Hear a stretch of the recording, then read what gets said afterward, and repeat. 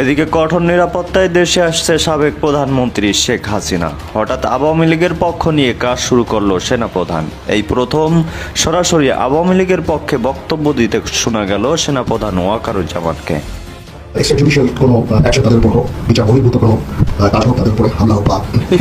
আবারও রাজধানীতে আওয়ামী লীগ ও ছাত্রলীগ নেতা কর্মীদের স্মরণকালের বিশাল বিক্ষোভ মিছিল।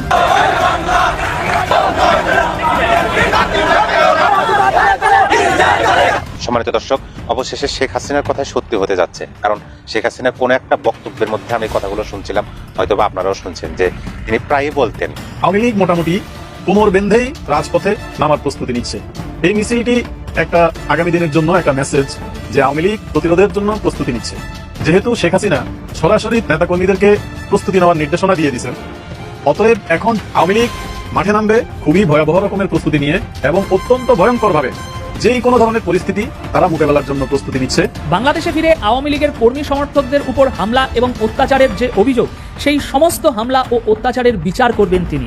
আর এই তিনিটি হলেন শেখ হাসিনা। তিনি যদি আজ বলে থাকেন যে আমি দেশে ফিরবো, বিচার করব, তাহলে নিশ্চিত আওয়ামী লীগ কোনো ছোট বা দুর্বল শক্তি নয়। দলটিকে ছোট ভেবে কেউ ধাক্কা দেওয়ার চেষ্টা করলে উল্টো পিষ্ট হয়ে যাবেন। এ যেন এক নতুন অধ্যায় শুরু করতে যাচ্ছে আওয়ামী লীগ ও ছাত্রলীগের নেতাকর্মীরা। আওয়ামী লীগ রাজপথে ফিরবে, সেটাও আবার ভয়ঙ্কর রূপে, এমনটাই ধারণা করছে রাজনৈতিক বিশ্লেষকরা। তৌহিদি জনতার ব্যানারে যে ধরনের লুটতরাজ ভাঙচুর চালানো হলো, এগুলো কেন হলো?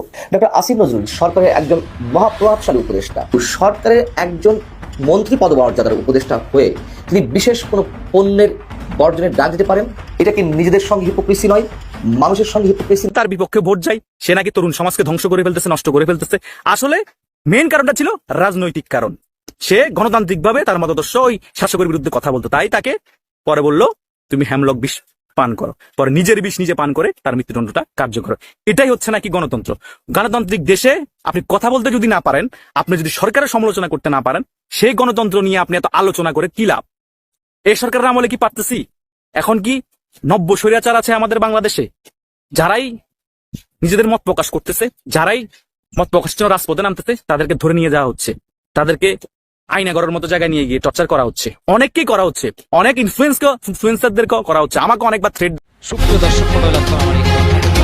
সবাই ভালো আছেন, সুস্থ আছেন, স্বাগতম। এদিকে কঠোর নিরাপত্তায় দেশে আসছে সাবেক প্রধানমন্ত্রী শেখ হাসিনা। হঠাৎ আওয়ামী লীগের পক্ষ নিয়ে কাজ শুরু করলো সেনাপ্রধান। এই প্রথম সরাসরি আওয়ামী লীগের পক্ষে বক্তব্য দিতে শোনা গেল সেনাপ্রধান ওয়াকারুজ্জামানকে। সুপ্রিয় দর্শক,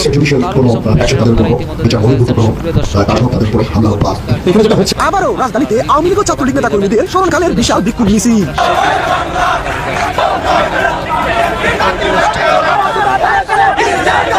সম্মানিত দর্শক, অবশেষে শেখ হাসিনার কথা সত্যি হতে যাচ্ছে। কারণ শেখ হাসিনার কোন একটা বক্তব্যের মধ্যে আমি কথাগুলো শুনছিলাম, হয়তোবা আপনারাও শুনছেন, যে তিনি প্রায় কে বলে রে মুজিব নাই, মুজিব সারা বাংলায়, শেখ হাসিনা আসবে, বাংলাদেশ হাসবে, এমন স্লোগানে কাঁপলো রাজধানীর রাজপথ। এবার ইউনূসের বিরুদ্ধে কঠিন অ্যাকশনে আওয়ামী লীগ ও ছাত্রলীগ। এবার হয় এসপার নয় ওসপার। এবার ইউনূসের পতন না ঘটিয়ে মাঠনা ছাড়ার ঘোষণা আওয়ামী লীগ ও ছাত্রলীগের নেতা কর্মীদের। আওয়ামী লীগ মোটামুটি কোমর বেঁধেই রাজপথে নামার প্রস্তুতি নিচ্ছে। এই মিছিলটি একটা আগামী দিনের জন্য একটা মেসেজ যে আওয়ামী লীগ প্রতিরোধের জন্য প্রস্তুতি নিচ্ছে। যেহেতু শেখ হাসিনা সরাসরি 23 বঙ্গবন্ধু এভিনিউর অফিস উদ্ধারের জন্য নেতাকর্মীদেরকে প্রস্তুতি নেওয়ার নির্দেশনা দিয়ে দিয়েছেন, অতএব এখন যেই কোনো ভাবে আওয়ামী লীগের নেতারা নিজেদের অবস্থান জানান দেওয়ার জন্য যেই কোনো ধরনের প্রতিরোধ, যেই কোনো ধরনের হামলা মামলা, যে কোনো পরিস্থিতি মোকাবেলার জন্য প্রস্তুতি নিয়েই মাঠে নামার জন্য নিজেদেরকে তৈরি করতেছে। এরকম অবস্থায় আওয়ামী লীগকে যখনই প্রতিরোধের চেষ্টা করা হবে, নিঃসন্দেহে সেখানে একটা বড় ধরনের মারামারির ঘটনা ঘটবে, বড় ধরনের ইনজুরির ঘটনা ঘটবে, এইটা একেবারে নিশ্চিত করে বলা যায়। যদিও যারা ক্ষমতার বাইরে থাকে তারা সবসময় দুর্বল হয়, তারপরেও যেহেতু এটা আওয়ামী লীগ, যেহেতু এটা একটা বড় ধরনের শক্তিশালী রাজনৈতিক দল, যারা বাংলাদেশের সর্বোচ্চ রাষ্ট্র ক্ষমতায় অধিষ্ঠিত ছিল, এইরকম একটা রাজনৈতিক দলের যাদের ভোট ব্যাংক 30 থেকে 48%, এরকম একটা বড় রাজনৈতিক দলের কর্মী সমর্থক সবাই তো আর একযোগে মারা যায়নি। এত বড় একটা সংগঠন থেকে কয়েক হাজার নেতা কর্মীকে হয়তোবা হত্যা করা হয়েছে, হয়তোবা কয়েক হাজার নেতা কর্মী দেশের বাইরে অবস্থান করতেছে, কিন্তু বাকি নেতা কর্মীরা যারা মাঠের কর্মী, যারা দলের সুবিধাভোগী না, শুধুমাত্র ভোটার, এরকম যে নেতা কর্মীগুলো দেশে রয়ে গেছে, তারাও কিন্তু এখন এই পরিস্থিতিতে নিজেদের অস্তিত্ব জানান দেওয়ার জন্য রাজপথে নামার প্রস্তুতি নিচ্ছে। আওয়ামী লীগের বেশ কয়েকটি মিটিং ইতোমধ্যে হয়ে গেছে। কয়েকজনকে সাংগঠনিকভাবে নেতা কর্মীদেরকে ঐক্যবদ্ধ করার দায়িত্ব দিয়েছেন শেখ হাসিনা। তারা তাদের মতো করে তাদের কার্যক্রম চালিয়ে যাচ্ছেন অত্যন্ত নীরবে নিবৃত্তে। ধারণা করা যায় আগামী কিছুদিনের মধ্যেই আওয়ামী লীগ রাজপথে তাদের শক্তি সামর্থ্যের জানান দিতে প্রস্তুতি নিচ্ছে। এবং তারা যখন রাজপথে নামবে, তাদেরকে প্রতিরোধের চেষ্টা করা হলে পাল্টা প্রতিরোধের জন্য তারা তাদের কি করণীয় সেটা ঠিক করেই মাঠে নামবে বলে আমাদের কাছে খবর আছে। যেহেতু যেই কোনো ধরনের পরিস্থিতি মোকাবেলা করে ঘুরে দাঁড়ানোর ক্যাপাসিটি এই রাজনৈতিক দলের আছে, নিঃসন্দেহে বলা যায় খুবই শক্তিশালীভাবে, খুবই ভয়াবহ রকমের প্রস্তুতি নিয়ে এই রাজনৈতিক দলটি রাজপথে যে কাউকে মোকাবেলা করার জন্য প্রস্তুতি নিয়েই আসতেছে। আওয়ামী লীগের যেসব নেতাকর্মীরা বাংলাদেশে বিভিন্নভাবে নির্যাতিত, জেল জুলুমের শিকার, মামলা হামলার শিকার, ঘরে অবস্থান করতে পারতেছে না, যাদের পিঠ দেয়ালে ঠেকে গেছে, তারা এখন বাধ্য এই সরকারের বিরুদ্ধে রাজপথে নামার জন্য। এই সুযোগটাকেই দলের হাইকমান্ড কাজে লাগাবে। নেতাকর্মীদেরকে এইভাবেই মোটিভেট করা হচ্ছে, যেহেতু নিজেদের অস্তিত্ব রক্ষার জন্য তাদের এখন মাঠে নামা ছাড়া কোনো বিকল্প নাই, নিজেদের অধিকার যেহেতু নিজেদেরকে আদায় করে নিতে হবে, এই নির্দেশনাও শেখ হাসিনার পক্ষ থেকে চলে এসেছে। এরকম পরিস্থিতিতে নির্দ্বিধায় বলা যায় আওয়ামী লীগ খুব নিজেদের সর্বোচ্চ শক্তি দিয়ে রাজপথে যেই কোনো ধরনের অপশক্তিকে মোকাবেলা করে তারা তাদের অবস্থান জানান দিবে। এবং আওয়ামী লীগের নেতাকর্মীরা যারা বিভিন্নভাবে বঞ্চনার শিকার ছিল, যখন আওয়ামী লীগ ক্ষমতায় ছিল, ওই সময়কালীন দুধ কলা যারা খাইছে তাদের হিসাব তো আলাদাই রয়ে গেল, কিন্তু যেসব সাধারণ নেতাকর্মী কোন রকম সুযোগ সুবিধার অংশীদার না, তারা এই 5 তারিখের পরে দেখা গেল একটা দেশ বিরোধী অপশক্তির রোশানলে তারাও এখন ঘরের বাইরে অবস্থান করতে বাধ্য হচ্ছে, তারাও ঘরে বাড়িতে অবস্থান করতে পারতেছে না। এই পরিস্থিতি যেহেতু অত্যন্ত জটিল আকার ধারণ করছে, সর্বস্তরের নেতাকর্মীদের চিন্তা ভাবনা হচ্ছে এখন রাজপথ দখলে নেওয়া। সুতরাং শেখ হাসিনা কাল বিলম্ব না করে নেতাকর্মীদেরকে এই নির্দেশনাই দিয়ে দিচ্ছেন যেন তারা অল্প কয়েকজন মিলে কোনো ধরনের মিছিল মিটিং না করে। এখন চিন্তার বিষয় হচ্ছে, শেখ হাসিনার একটা মেসেজ অত্যন্ত পরিষ্কার। শেখ হাসিনা তার অডিও কলের মাধ্যমে নেতাকর্মীদেরকে পরিষ্কারভাবে নির্দেশনা দিচ্ছেন, একটা পক্ষ মানে একটা গ্রুপ মিছিলের বাইরে থাকবে, যখন কেউ মিছিলে আক্রমণ করবে তখন ওই ব্যাকআপ দল যারা তাদের প্রস্তুতি সহকারে মিছিলকে ব্যাকআপ দেওয়ার জন্য মাঠে থাকবে, তারা তাদেরকে প্রতিরোধের জন্য কাজ করবে। এই নির্দেশনার মাধ্যমে এইটা পরিষ্কারভাবে বোঝা যাচ্ছে আওয়ামী লীগ রাজপথে নামলে তাদেরকে যারাই প্রতিরোধ করতে আসবে, পাল্টা প্রতিরোধের মুখে তাদেরকে পড়তে হবে, এটা নিশ্চিতভাবে বলা যায়। এবং যেহেতু আওয়ামী লীগ বুঝে তাদের ক্যাপাসিটি, আওয়ামী লীগ বুঝে কিভাবে রাজপথ দখলে নিতে হয়, দীর্ঘদিন বিরোধী দলে থাকা আওয়ামী লীগকে নিঃসন্দেহে এই শিক্ষা কারো দেয়া লাগবে না। অতএব আওয়ামী লীগ মাঠে নামবে খুবই ভয়াবহ রকমের প্রস্তুতি নিয়ে এবং অত্যন্ত ভয়ঙ্কর ভাবে যেই কোনো ধরনের পরিস্থিতি তারা মোকাবেলার জন্য প্রস্তুতি নিচ্ছে, তারা ঘুরে দাঁড়ানোর জন্য প্রস্তুতি নিচ্ছে। যতটুকু ক্ষতি তাদের হয়ে গেছে, ওই ক্ষতি তো আর কোনোভাবে পোষানো যাবে না, কিন্তু নেতাকর্মীদের উপরে যেরকম জুলুম অত্যাচার চলমান, এই জুলুম অত্যাচার থেকে বাঁচার জন্য বর্তমানে আওয়ামী লীগকে রাজপথে নামার অন্য কোনো বিকল্প উপায় নেই। এটা দলের হাইকমান্ড, এটা দলের প্রধান, দলের যে সভাপতি, উনি নিজেই পরিষ্কারভাবে বলে দিচ্ছেন, বিভিন্ন অডিও কলে উনি এই মেসেজটা নেতাকর্মীদেরকে দিয়ে দিচ্ছেন, তারা যেন তাদের সর্বোচ্চ প্রস্তুতি রাখে এবং ছোট ছোট মিছিল নিয়ে যেন তারা রাজপথে না নামে।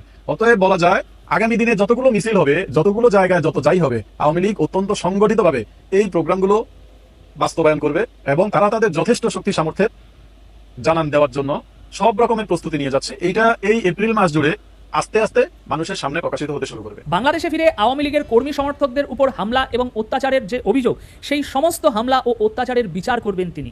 আর এই তিনিটি হলেন শেখ হাসিনা। গতকাল রাতে একটি ভার্চুয়াল আলোচনায় দলীয় কর্মীদের এরকমই আশ্বাস দিয়েছেন তিনি। আগামী দিনে যাই বলবেন নিশ্চিত তিনি কিছু ভেবে বলছেন, নিশ্চিত তার কাছে সেরকম কোনো ভিত্তি আছে, তবেই তিনি এই কথাগুলো বলছেন। সুতরাং তার কথার উপরে আমাদেরকে এখন অটুট বিশ্বাস রাখতে হবে, বিশ্বাস হারালে হবে না এবং তাকে তার যথাযথ মর্যাদা দিয়ে আমাদেরকে স্থান দিতে হবে। দর্শক, আলোচনার একটি পর্যায়ে তিনি কর্মী সমর্থকদের উদ্দেশ্যে বলেছেন যে চিন্তা করবেন না, আমি খুব শীঘ্রই আসব। এখন এই বাংলাদেশ ছাড়ার পর থেকে তিনি মোটামুটি বিভিন্ন সময়ে দলীয় কর্মীদের সঙ্গে এরকমই ভার্চুয়াল যোগাযোগ চালিয়ে গিয়েছেন, যা আওয়ামী লীগের মেন যে অফিসিয়াল পেজ, সেই সমস্ত জায়গায় এই আলোচনাগুলো সরাসরি সম্প্রচার করা হয়। তো সেরকমই গতকাল রাতের একটি ভার্চুয়াল আলোচনায় 1 ঘন্টারও বেশি সময় ধরে এই আলোচনাটা চলেছে। আর ওই আলোচনা পর্বে তিনি দলীয় কর্মী সমর্থকদের সমস্ত সমস্যার কথা শুনছিলেন এক এক করে শেখ হাসিনা। কর্মী সমর্থকরা বিশেষত যা দাবি করেছে যে তাদের পরিবারের উপর বিভিন্ন ধরনের অত্যাচার চালানো হচ্ছে, তাই তিনি সবাইকে আশ্বস্ত করেছেন যে তিনি এই সমস্ত ঘটনার বিচার করবেন। এবং তিনি এটাও বলছেন কর্মী সমর্থকদের উদ্দেশ্যে যে আল্লাহ আমাকে সেই জন্যই বাঁচিয়ে রেখেছেন যে আমি যাতে এই জালেমদের বিচার করতে পারি, চিন্তা করবেন না, আসছি আমি, তিনি এমনটাই বলেছেন। এছাড়াও এই যে আলোচনা সভাটি হচ্ছিল গতকালকের, এই আলোচনা সভায় উপস্থিত ছিলেন বিশেষত আপনার অল ইউরোপিয়ান আওয়ামী লীগের সভাপতি মোহাম্মদ নজরুল ইসলাম। তারও দাবি যে বিচার একদিন হবে, আর সেই দিনটি খুব বেশি দূরে নয়। মোটামুটি 1 ঘন্টা 11 মিনিট ধরে এই আলোচনা চলেছে। আর এই আলোচনায় আরও বিশেষ যে বিষয়গুলো উঠে এসেছে সেগুলো হচ্ছে আওয়ামী লীগ সরকারের আমলের সময় যেমনভাবে দেশ চলছিল এবং বর্তমান বাংলাদেশের পরিস্থিতি কী, সেগুলো তুলনা টেনে বিভিন্ন রকম কথাবার্তা আলোচনা হয়েছে। এছাড়াও শেখ হাসিনা যে বক্তৃতা দিয়েছে, সেই বক্তৃতার একটা বড় অংশ জুড়ে তিনি ব্যাপকভাবে আক্রমণ চালিয়েছে অন্তর্বর্তী সরকারের প্রধান উপদেষ্টা মোহাম্মদ ইউনূসকে।